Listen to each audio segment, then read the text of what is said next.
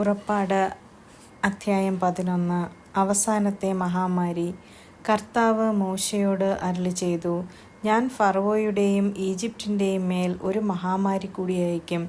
അപ്പോൾ അവൻ നിങ്ങളെ പോകാൻ അനുവദിക്കും, അല്ല നിങ്ങളെ ബഹിഷ്കരിക്കുക തന്നെ ചെയ്യും.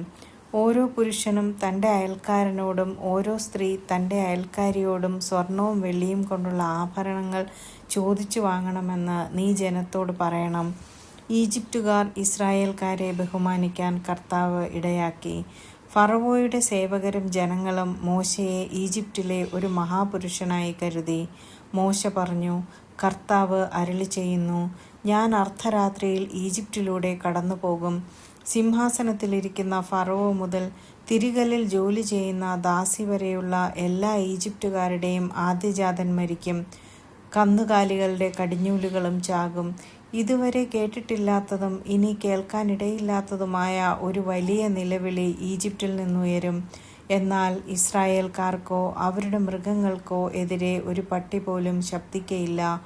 ഈജിപ്തുകാർക്കും ഇസ്രായേൽക്കാർക്കും തമ്മിൽ കർത്താവ് ഭേദം കൽപ്പിക്കുന്നുവെന്ന് അങ്ങനെ നിങ്ങൾ മനസ്സിലാക്കും.